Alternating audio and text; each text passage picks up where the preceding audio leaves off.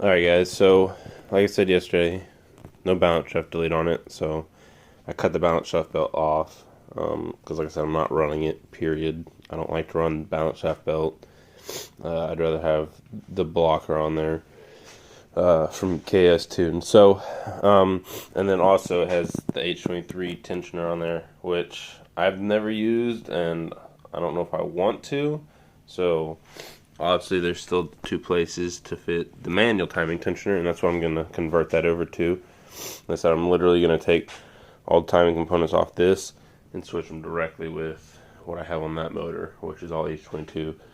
So this is very interesting because it has H23 timing on there. It has an H23 head with an H22A1 block, and I'm guessing since the distributor that came with it was OBD2, it has an OBD2 oil pump on it as well, because it has the crank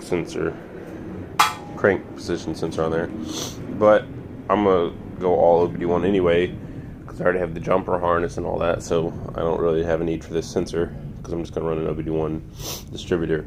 So but I am on an OBD2 harness, engine harness. So, but yeah, anyway, before I keep blabbering, and then what bugs me a lot is a lot of this stuff's rusted, so that's alright. It'll really get rid of a lot of the rusted stuff by taking out the balance shaft shit here and here, and then I got another one on that other motor that's not near as rusted. I'm guessing just from the Florida salt water or whatever being exposed to it.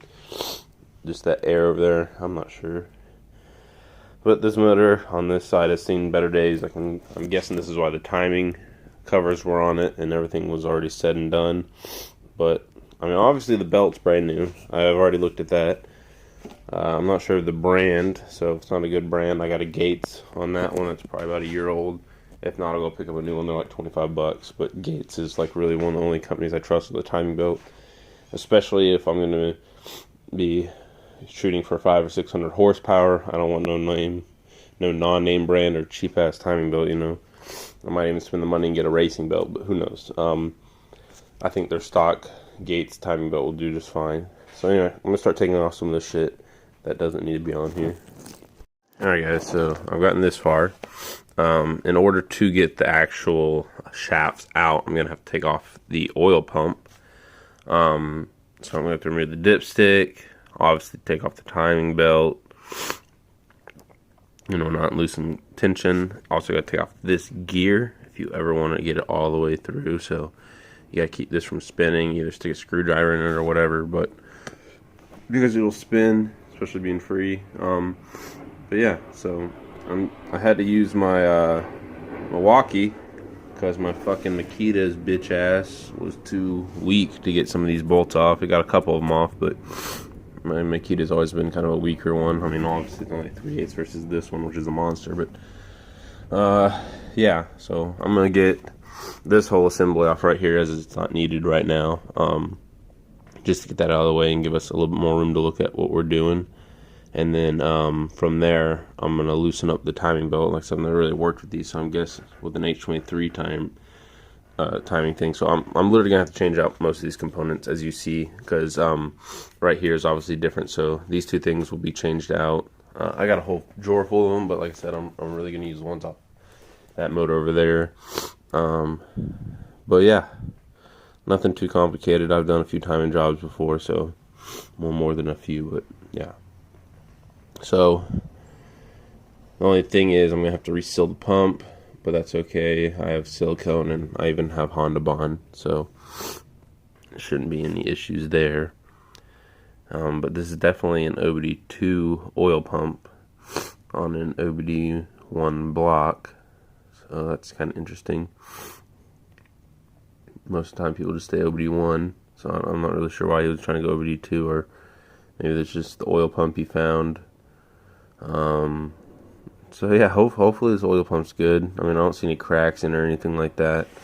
But yeah, so the more I look at this motor, the more I see that it is, I don't know. It's just not what I was really expecting. So obviously, one thing I said before I start taking off all the timing components, I got to make sure that it is in top dead center. Obviously, everything is perfectly in time right now, and I don't really want to fuck with that. and I don't have one of those fancy tools that go in between the cam gears and whatnot. So anyway, so what I'm going to do is I'm going to use a pair of vice grips or something just to hold both cams from spinning, and then I set this and make sure it's at top dead center. So I'm going to have to take out this spark plug. I got a long screwdriver I'll stick down in it, make sure it's all the way at the very top. So yeah, so that's one thing I'm going to do before I loosen up any of the actual timing belt stuff. And honestly, this is pretty crazy because this feels a little tight. So I bet it would have whined, and that's interesting because you can't adjust it. So this is, like I said, the H23 setup. If anybody's looking for it, I'll sell this whole setup. Probably cheap because I don't know nothing about the H23 setup besides that it uses this shit.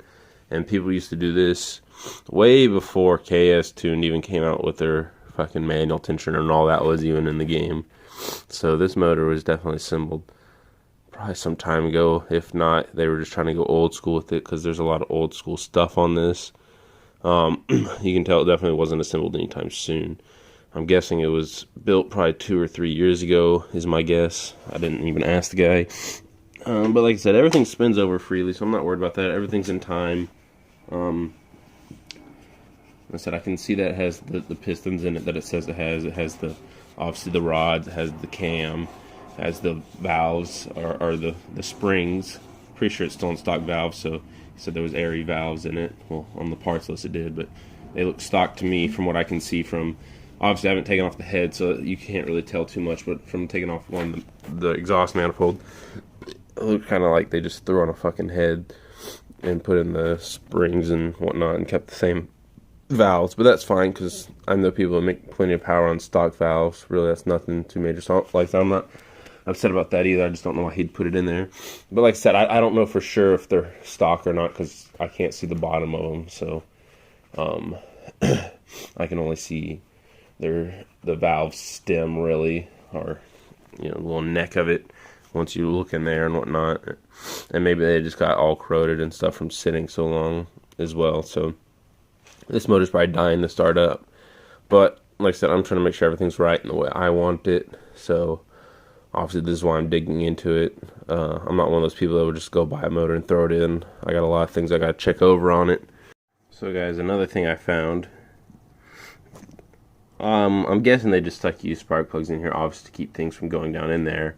But they're Chevy spark plugs, which is very interesting. Like I said, maybe they just stuck them down in there to keep things from going down in there.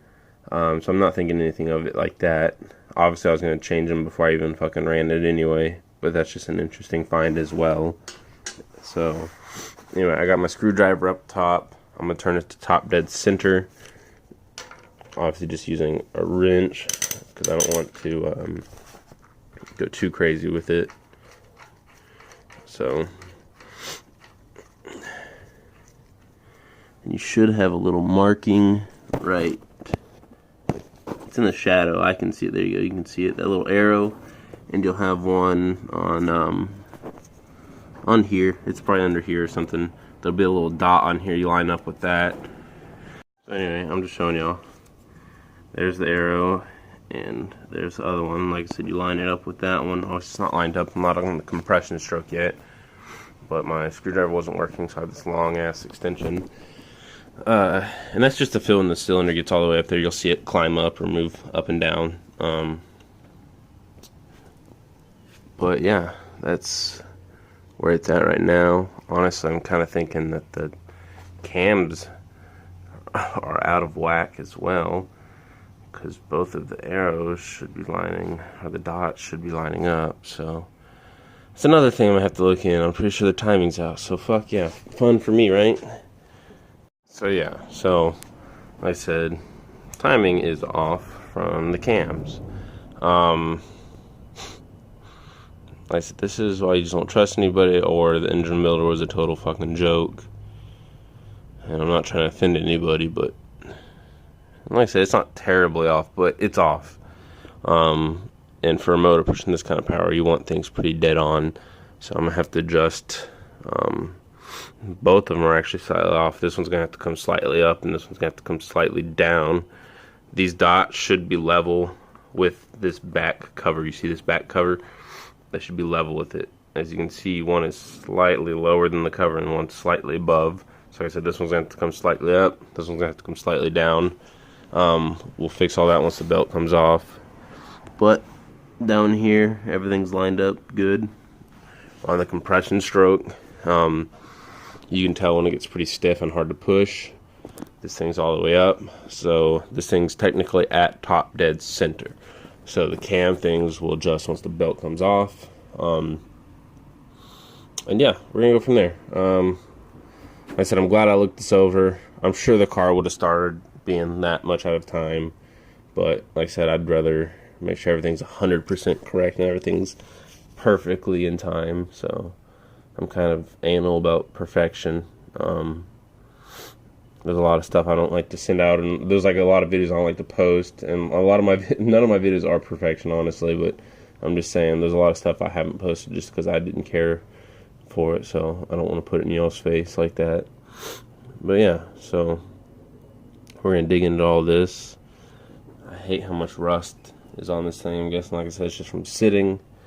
Alright guys, so got the oil pump off, balance shafts are both out, and yeah, I went ahead and ordered the few little pieces from H22 that I needed, because you can order things separately from their parts list, so that's nice. So now I'm going to go over to my other motor over there, start taking off things from that. Yeah, I'm still not sure if I'm going to run these Skunk 2. They're a little dirty, bolts are rusted. Looks like somebody spray painted them. And they're not really all that cool looking in my opinion, so I might go ahead and let these go too and get the ones I want. But we'll see. Alright guys, so I decided to get back on here. I kind of cleaned up this because I realized I had these plugs, so they can go into here. Obviously the bigger one goes here and the smaller one goes here, and then the plate. So all I had to order was the taps to go on the bottom, because I had this kit already. And I have 3 of my taps. I'm missing one, so I just went ahead and ordered the 4, and then the little one that you thread in. So yeah, so I'm gonna go ahead and do this one so I can get this on and get the oil pump back on and start doing the timing, and then I'll do the rest on the bottom once all that comes in. Okay, so I've done this a few times. If you're not comfortable with it, you can buy the oil pump from Honda, or from H22 with the plugs already installed. I've seen a few people break them because it's aluminum. Aluminum doesn't crack or bend; it fucking shatters. So you got to heat it up. It's nothing impressive. It's a little torch. Sit there, heat it up. Kind of makes the metal a little softer where it won't break or snap as easy, and also helps it expand so it can accept the plug easier. But yeah, we're gonna install those 2 plugs, and I'm gonna put the plate over it, and then I'll just wait for the other plugs to get in. That way I can put all this back together and get the timing off of this one to put on there. So we're gonna see how all this goes. Man, I don't know, I might end up painting that valve cover white or making this one with bungs in it and getting repowder coated. We'll find out. Alright guys, just another update. Still haven't put the plugs in, but I was fucking around with my alternator setups, because that's the one that I've had on Hercules, which is the red one, and the purple one it came with, which I believe is a Precision Works or whatever, which is a knockoff of the Innovative, basically. I'm not a fan of the purple, and I'm not a fan of where that one sits. Or I don't know, I don't really care for Precision or Innovative stuff. You know, it's cheap, it's, I don't know, just doesn't make me comfortable. And everybody knows that watches my channel is I'm pretty biased to ESP. I don't work for him, I don't get any money for, you know, putting his work out there. I don't get discounts, anything like that. I've used Innovative, and I've had horror stories. I've known people that use Innovative and been fine, but I just stay away from that stuff. That's personally me. A lot of people stay away from ESP stuff because they say John's rude, or they've had, yeah, really that's about it. I don't think I've ever heard of anybody having issues with John's stuff. I haven't ever. So, anyway, I went ahead and ordered. He has one that goes even lower than where I have my red one currently, because the turbo was basically sitting right on top of the alternator, not letting the turbo seal properly. By probably about a good ½ inch, so I wouldn't even be able to thread them in anyway. So, I ordered his, so I'm going to be selling this ESP one and the innovative one. Alright guys, so that was part 1.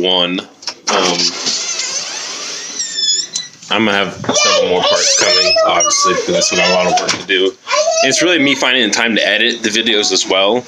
But hopefully they help you out in some way, and it's just me kind of showing y'all. I'll start getting more into the helpful videos, but this is me just kind of showing off the motor and showing what I'm doing to it. So I'm hoping y'all enjoying that. It should be going in very soon. So thanks for all the love and support, guys, and thanks for watching.